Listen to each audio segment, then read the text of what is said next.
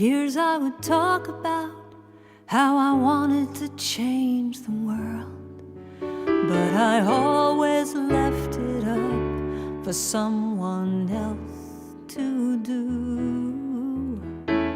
But then I finally realized I needed to take a stand, and that by changing my thinking I could change my life. And that's how I could change the world. So let there be peace. I am a stand for peace. Let there be love. I am a stand for love. Let there be joy. I am a stand for joy. We are making a new world now. Let there be peace. I am a stand for peace. Let there be love. I am a stand for love. Let there be joy. I am a stand for joy. We are making a new world now. Let there be peace. I am a stand for peace. Let there be love. I am a stand for love. Let there be joy. I am a stand for joy. We are making a new world now. Let there be peace. I am a stand for peace. Let there be love. I am a stand for love. Let there be joy. I am a stand for joy. We are making a new world now. Let there be peace. I am a stand for peace. Let there be love.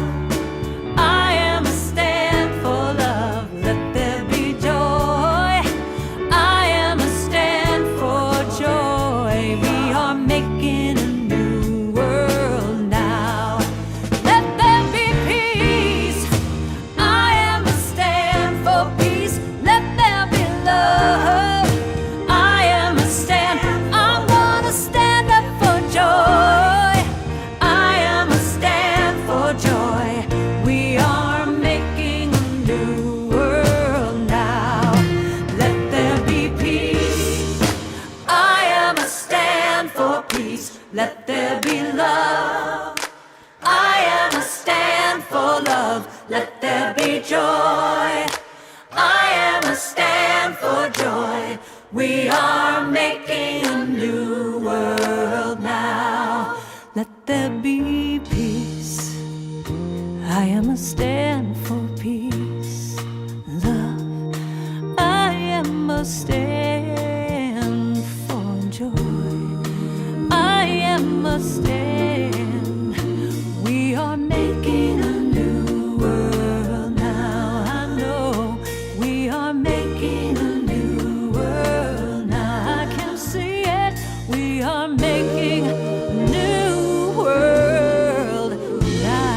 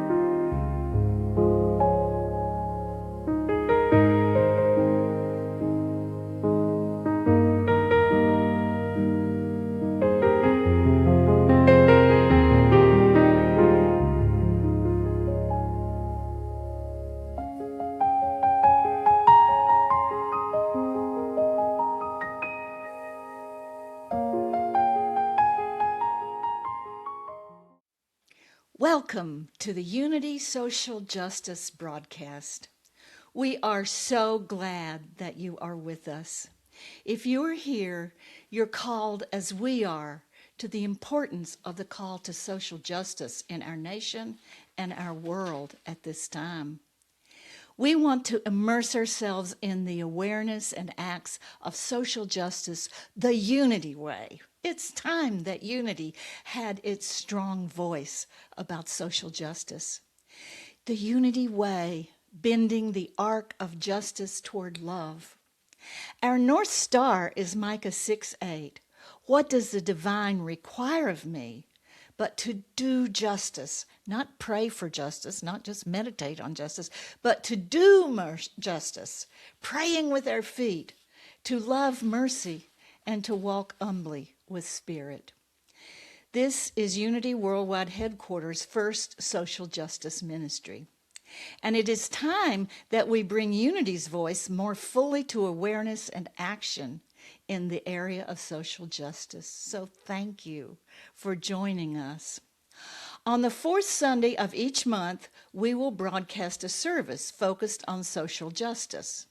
There will be music, meditation, a message about social justice, and prayer. On the first Sunday of the following month, we will broadcast a lively interview with someone who has boots on the ground. Both of these are with the goal to inspire you to take some action.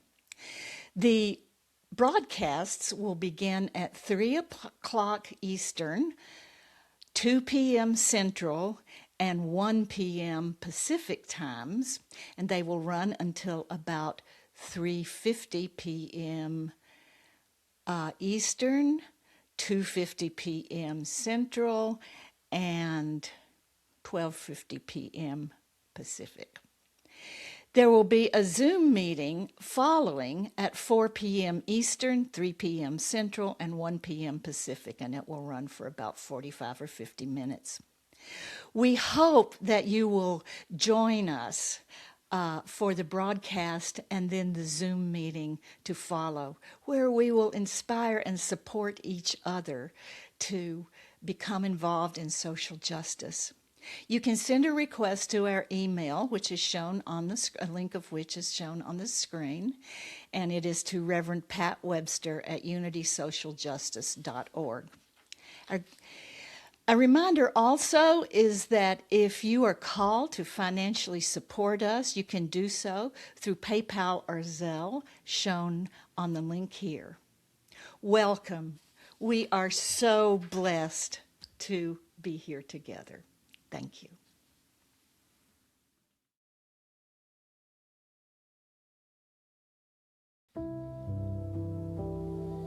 As you listen to this meditation, close your eyes and connect with your ancestors who walked before you.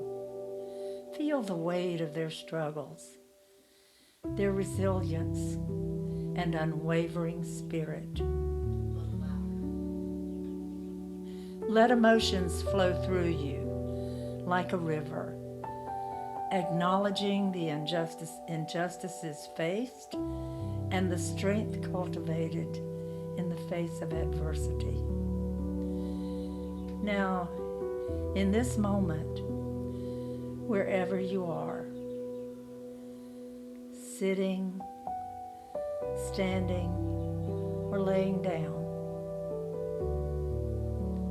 let us close our eyes, or if you prefer, hold a soft gaze as we relax into this space, taking a deep breath together and feeling the support of our lungs with each inhale and each exhale, breathing in and breathing out.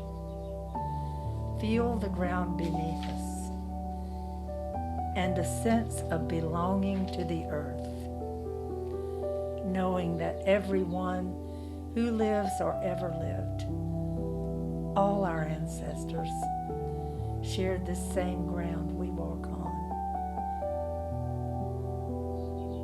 As we deepen our inhale, experiencing the awareness and aliveness in our bodies, feeling what is well, and resting in the natural capacity we have for deepening our sense of well-being, of ease, and of peace in our bodies.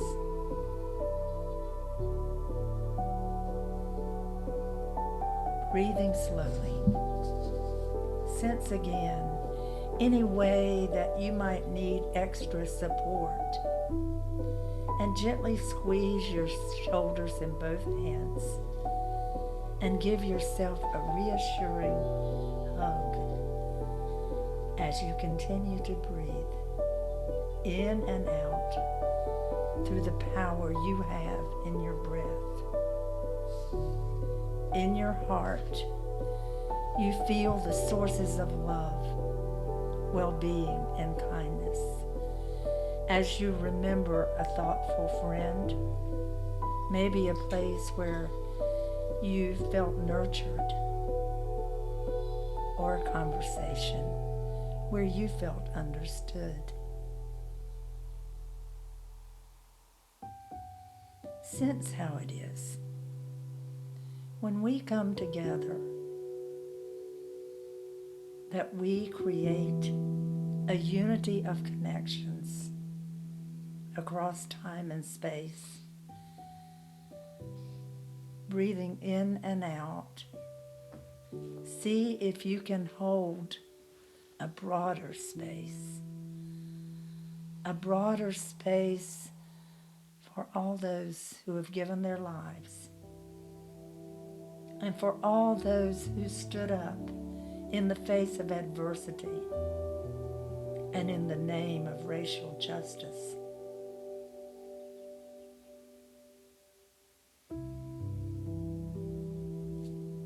And now, hold the intention of what is well and what is good within you, and say to yourself, how can I offer in some small way, or maybe a larger way, to create the world that wants to be born?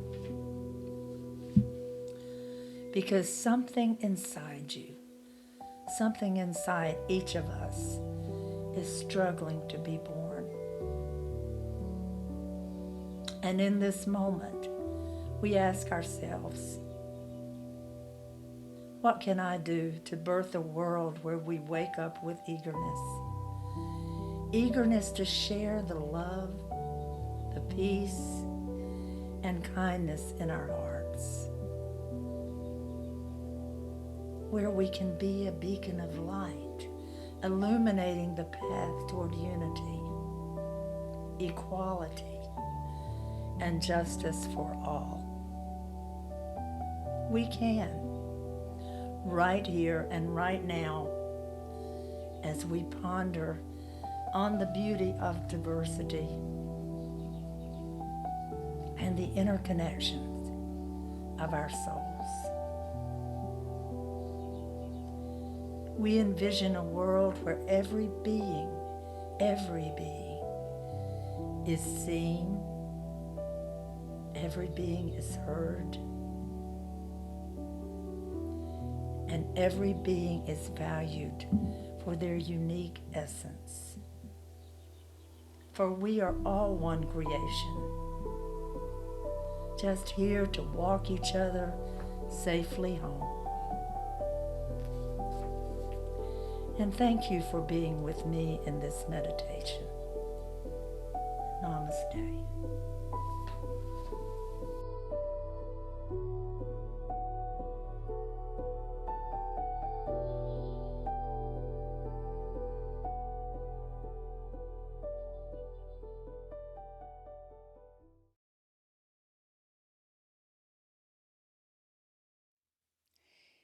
Greetings. It is my honor today to introduce Susan Whitt, who will be delivering the message today on racial justice. Shortly after Renee Good was killed by ICE, our Unity Social Justice Ministry team met on a Saturday afternoon at our church. At the end of our meeting, it occurred to me that our team might place a small altar in the church foyer in memory and honor of Renee, and also to remind people of the violence that's happening out there, that we need to stand up to stop and to bring a more peaceful world. As I was going to be absent from church that next day, I asked two of our faithful members, Susie and Mel, if they would be willing to set up the altar in the morning. Susie spoke to me with passion and some justified anger, saying the following: "After all the brown babies have been ripped from their mother's arms, and all the black women and men who have recently lost their lives, our Unity Social Justice Team is going to make our first altar honoring a white person?" I was humbled. My consciousness was raised. Susie came to Unity after years of work in social justice from her previous church, a Presbyterian one, who had gotten a little faster start into social justice than we have. Racial justice is Susan's passion. I decided then and there that she was so much more qualified than I to deliver the racial justice message. I know that you will be inspired. I am so honored to present Susan Ewald. Healing Wounds and Giving Mercy. The following quote is by Maya Angelou. History, despite its wrenching pain, cannot be unlived, but if faced with courage, need not be lived again. Most of us agree that the climate in the U.S. is and has always been conducive to the establishment of white dominance. Colonial America, post-Civil War, post-Jim Crow, and post-civil rights. And we now find ourselves in that same murkiness that followed the Civil Rights Act and the Voting Act of 1964 and 1965. Our government proclaimed legal equality and voting rights for their citizens. Black individuals could now legally claim their stake in housing, education, careers, and lunch counters. Certainly laws help. Laws can heal the outside, the surface of the wound, but the law cannot change the minds of people's hearts, and that is the place where racism lives. Michelle Alexander, in her book, The New Jim Crow, refers to the notion of the wounded child. Where there is unhealed childhood trauma, human beings often function out of this wounded place, unintentionally and sometimes intentionally, doing harm to themselves and others. Alexander claims that, like the wounded child, our nation too has these embedded wounds in our collective consciousness. They have been passed down through centuries, written in the very DNA of our brothers and sisters descended from enslaved ancestors. We are just at the tip of the iceberg in our understanding of how our unhealed racial history shows up in modern dysfunction. Alexander believes that for real healing to take place, our elite and powerful must show genuine interest and remorse and then act to change the damage caused. And in the process, the wounded must gain a full understanding that their pain was never their fault, no guilt, no shame. In Michael Harriot's New York Times bestseller, Black History AF, the unwhitewashed story of America, he states that the first step toward collective healing is unbending the funhouse mirrors of whitewashed history so that we can see the truth. With these metaphoric ideas about healing wounds and unbending the funhouse mirrors, we might still wonder what we can concretely do to change the world. There is so much more to be done, we hear. So, what exactly is it we need to do? And who will do it? And how? For those who want change now, it can feel like walking through quicksand.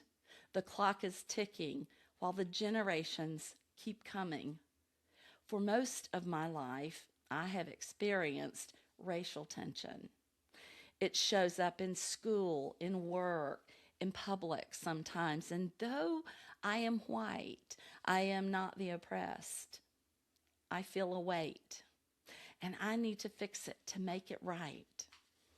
I have thought and prayed and read and journaled and talked and listened and sometimes tried to ignore it.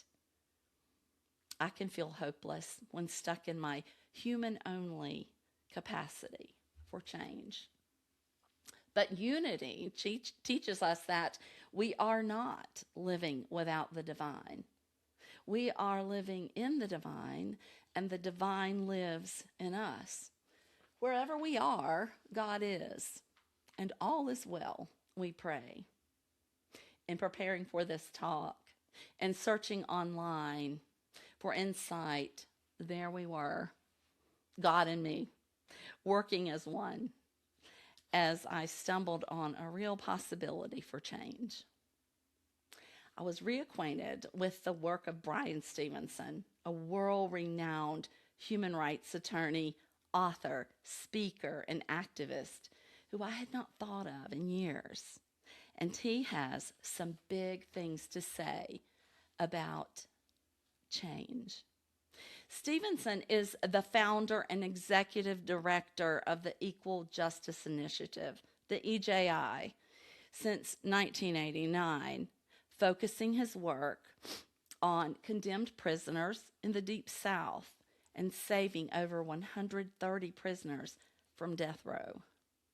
He details the beginnings of his life's work in his memoir, Just Mercy, a story of justice and redemption, published in 2014.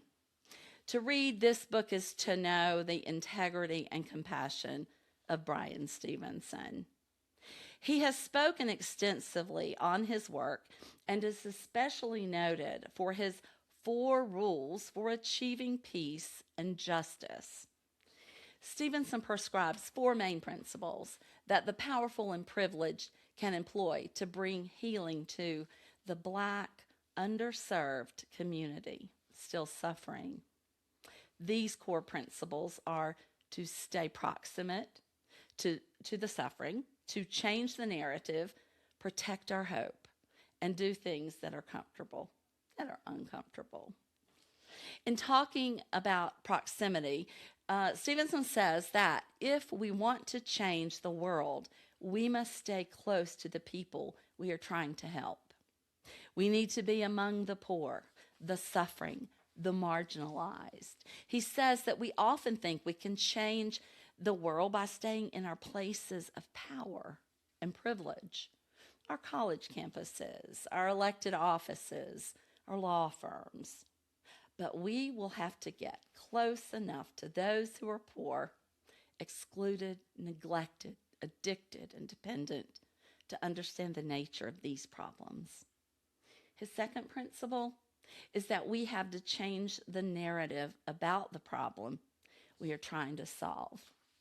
Stevenson says that we have mass incarceration because we declared a misguided war on drugs. The narrative put forth that people who are drug addicted and drug dependent are criminals. The politics of fear and anger allowed us to become comfortable with injustice. He believes that if we allow ourselves to be governed by fear and anger, we're going to tolerate things we're not supposed to tolerate. We believe criminals are to be feared and hated, so we abuse them in ways that are clearly indecent and wrong. And that is how society gets comfortable with inequality, with injustice. Thirdly, Stevenson claims to change the world, we must continue to have hope. According to him, injustice prevails where hopelessness persists. He says that hope is not a trait that we either have or don't have, but rather something that has to be practiced.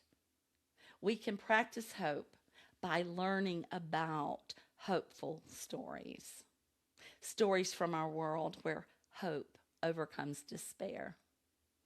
Listening to, knowing these stories builds our hope.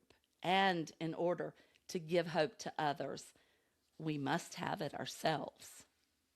Stevenson refers to hope as our superpower and the thing we must affirm. It's the thing that will get some of us to stand up when we are told to sit down and to speak when we are asked to be silent.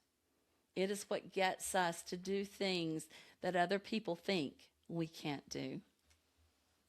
His fourth and final principle is that we will have to do things that are uncomfortable and inconvenient.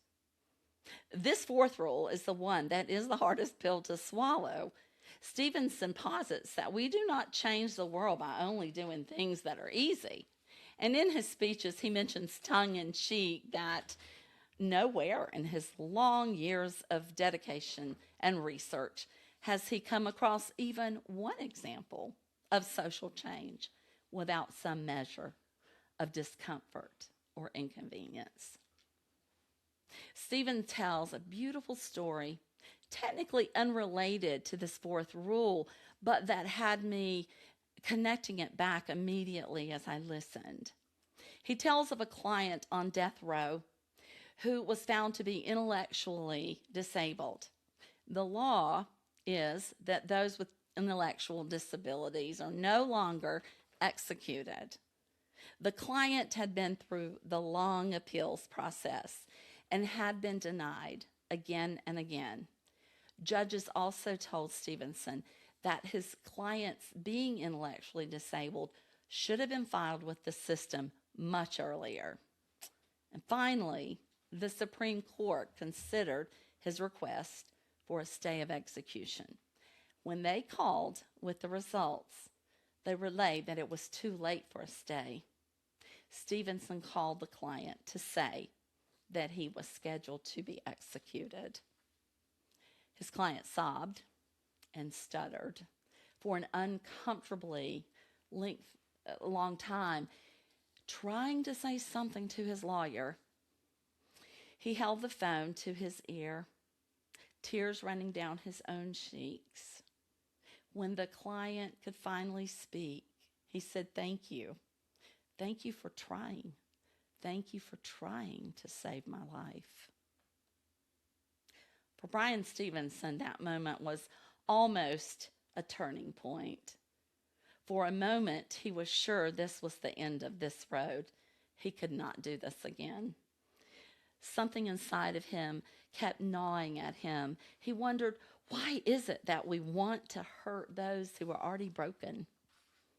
He turned this over and over in his head, while also asking himself how he could possibly stay on this difficult and painful path. Then came to him his own words, answering back, "Because I am broken too." Knowing he had received blessings of grace and mercy again and again, he was keenly aware that we all deserve these. We all need to feel the wholeness of love. A shift came over him from that earlier place of despair. He would continue following his heart in delivering hope and love to those among us broken and needing it most. I'd like to end here with a personal story. Some years ago, when my son Adam was 15, he had his buddy spend the night at our house. I was Friday night kind of tired and went to bed early, leaving the boys up playing Xbox and eating popcorn. At some point later, the boys decided they were hungry for more than popcorn. And according to them, there was nothing in the house to eat. And so they decided to sneak out of the house. The boys took my car without permission, drove to the all-night McDonald's without a license, and were headed home. When they decided to see how fast this thing will go. A few seconds later, there were blue lights behind them, but instead of pulling over, they cut off the lights, hoping like they had heard that the cops wouldn't see them. That trick does not really work. And they pulled over on the side of 15501 in Durham. The officers asked the boys to step out of the car while they searched for drugs and alcohol. The car was clean. The boys confessed they had taken my car without permission and neither had a license. In addition, they were speeding, and it could be argued that they had tried to evade law enforcement. The officers called the house repeatedly, but could not wake me. Since I, the owner of the car, could not be reached, the police had every right at that point to take the boys into custody until a parent or guardian could be reached. But that is not what happened. The police called the parents of Matt, the friend, Mr. and Ms. Vincent, who, after juggling their own 2 sleeping children, came to retrieve the teens and drive the car back to my house. I was to learn that the teenagers were given a long, stern lecture from the officers as one boy stood in shock and the other with tears running down. I woke with a start as Adam knocked loudly on my bedroom door, flipping on the lights. Mama, wake up. Something bad has happened. Matthew and I took the car out, and Mr. Vincent is in the den waiting to speak to you. It was a little past 3 a.m. I made my way down the hall, fearing the worst. Mr. Vincent explained, along with Matthew and Adam, what and how it all happened. After Matthew and his dad left, I was too angry to talk. So I told Adam we would talk in the morning, and we both went back to bed. In the morning, we sat at the kitchen table. I knew that what Adam needed most was not another lecture. What he needed was some wisdom from all this mess. Do you realize you came away from that scene scot-free? And I continued, because you are white. Your officers saw you two as kids, not criminals. Kids making bonehead mistakes, as kids do. They could have taken you into custody immediately, cuffed in the back seat of their car. They didn't have time. They didn't have to call the Vincents and wait for them to come. Those officers were generous with their kindness. I reminded Adam that Black teens in the same situation are often handcuffed before being questioned and suffer other things much worse at the hands of authority. You have lifelong privilege, I told him, by being born white and nothing more. Never abuse this privilege. Use it for those who need it most. Use it for good. My wish is that all boys and girls making bonehead mistakes would receive the same amount of respect and patience and decency shown to these boys. What a shift in our lives it will be when all our children, adults included, are embraced in kindness and mercy. That's the kind of world I want to live in.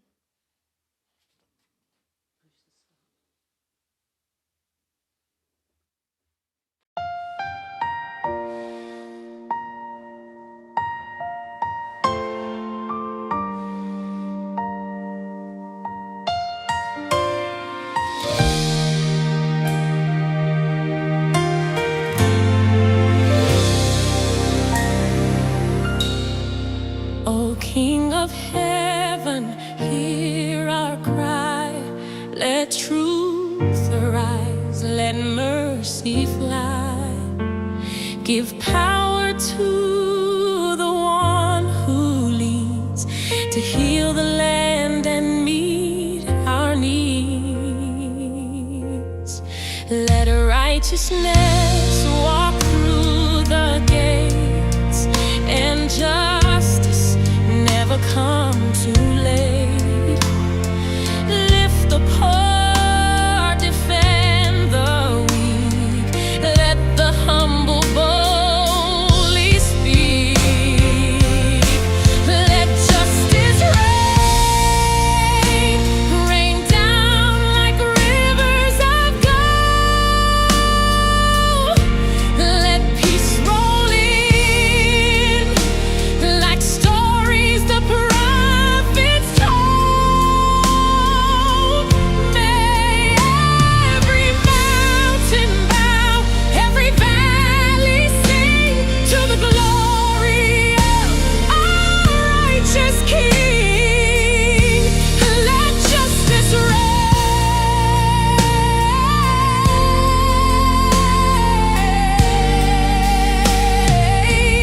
Oh, let justice reign.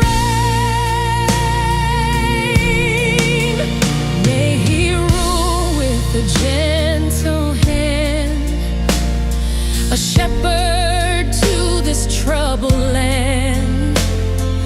Break the chains of cruel deceit, bring freedom marching through the streets. Hey, let the hungry be filled with bread, let the orphans be gently led. Bless the nations far and wide with heaven's heart and heaven's guide. Let justice reign, rain down like rivers of gold. Let peace roll in like stories the prophets told. May every mountain bow, every valley sing to the glory of our righteous King. Let justice reign.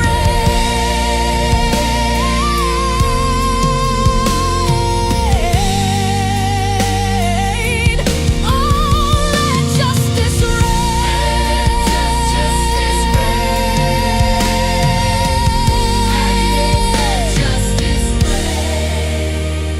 Forever may his name be praised through all the earth, his love displayed.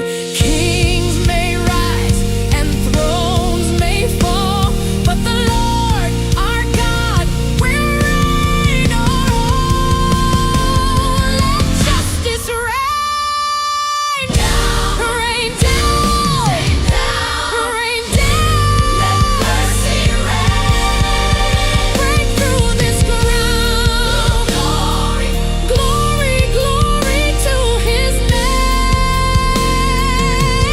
Let the world be never the same.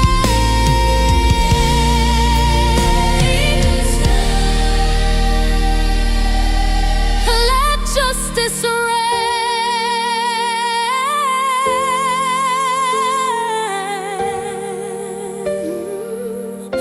Let justice reign.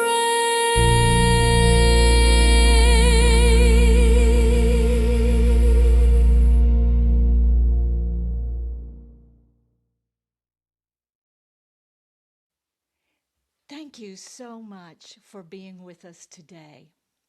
We hope that your being with us has inspired you to become engaged in social justice the Unity way.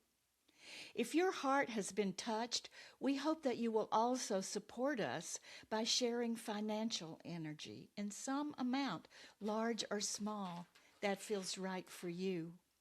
You can share your support through the link on this page, either through PayPal or Zelle.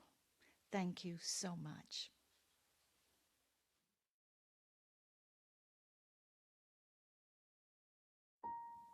Let us pray. Sweet Spirit,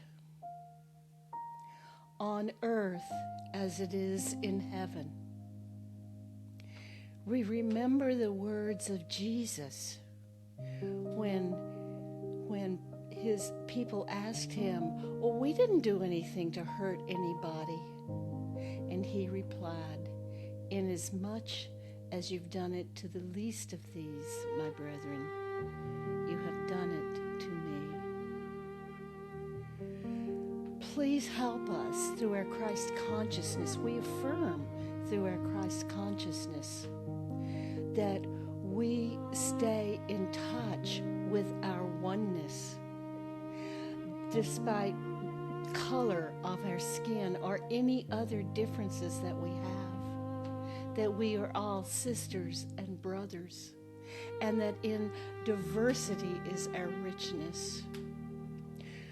We affirm the healing and wholeness of those hurt people who hurt people, remembering that they are also divine and they have been hurt, even been hurt by our collective consciousness for decades. We affirm the healing power of the Christ consciousness through the Father and the Son and Mother, Father, God. We affirm all of these things. And we affirm the healing of those who have been wounded. We see them releasing any sense of unworthiness, any sense of guilt, any sense of feeling like they were at fault. And we see them remembering their wholeness, remembering their beauty, remembering the richness of their heritage. And we affirm that we move to a time where it is on earth in our consciousness as it is in the heaven of our consciousness. And so it is, and so we let it be. Amen.